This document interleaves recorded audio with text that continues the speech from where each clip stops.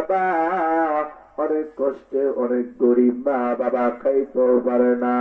ইতিমধ্যে এক আল্লাহর বান্দা বলে যে তোমার সন্তানের মাতা, তোমার সন্তানের বুদ্ধি বেশি, বৃদ্ধি তোমার অনেক সন্তানের বেশি, ও তুমি সন্তানকে ডাক্তার বানাও, পড়ালেখা ভালো করবে, ভালো আছে ডাক্তার বানাও।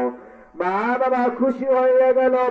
ইতিমধ্যে সব ভিতরে সব জমি বেসা সন্তানকে মনোযোগ দেওয়া পড়ালেখা করাইতেছে। সন্তান তো পড়ালেখা করলো, সন্তান একটা ডাক্তার হয়ে গেছে। কিন্তু একটা পরীক্ষা দিতে হবে, এই পরীক্ষা হওয়ার পর সন্তান ডাক্তার হয়ে যাবে। মা বাবার কাছে আবদার করছে, ও মা আমার তো পরীক্ষা মনে হয় দেওয়া হবে না।